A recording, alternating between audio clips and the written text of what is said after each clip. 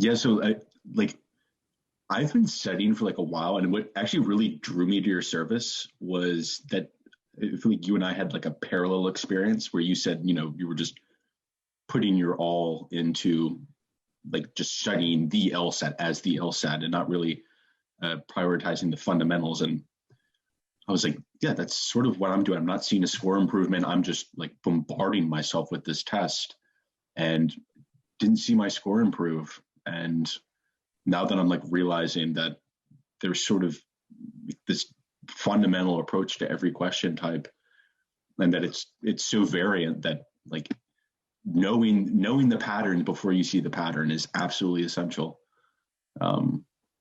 So yeah, I would love seeing the question types broken. And I haven't. I mean, like I think you wrote in one of your blog posts that it'd be impossible to like label all of the question types by category and then put them all on a list and then have you do them completely. But have you done that? Is that what you're suggesting, or that you have?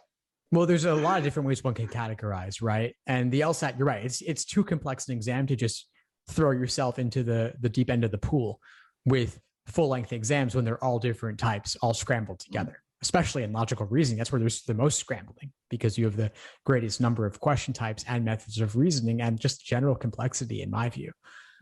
But to answer your question, there's question stem categorizations, which are fairly normal in the LSAT prep world. Then there's also method of reasoning categorizations, which to my knowledge, nobody's done because there are too many methods of reasoning and it would take too long to create them, given how many LSAT questions there are. And how you define method of reasoning is also a pretty complicated thing.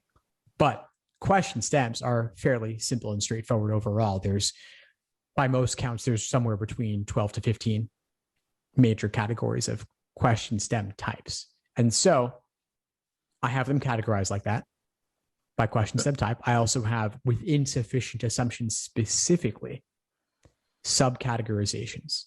There's that restatement and broadening category.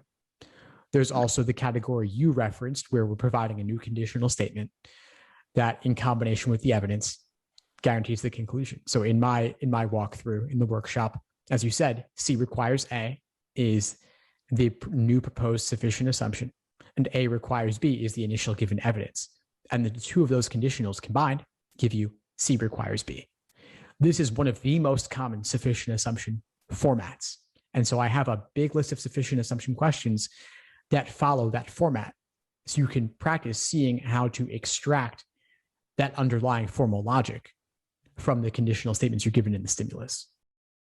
Thanks for tuning into the show. Please subscribe if you haven't done so already to be notified of new episodes as I release them. And feel free to reach out if you need anything at all as you move forward with your prep. I'm happy to help however I can. In the meantime, I'll wish you all the best and take care.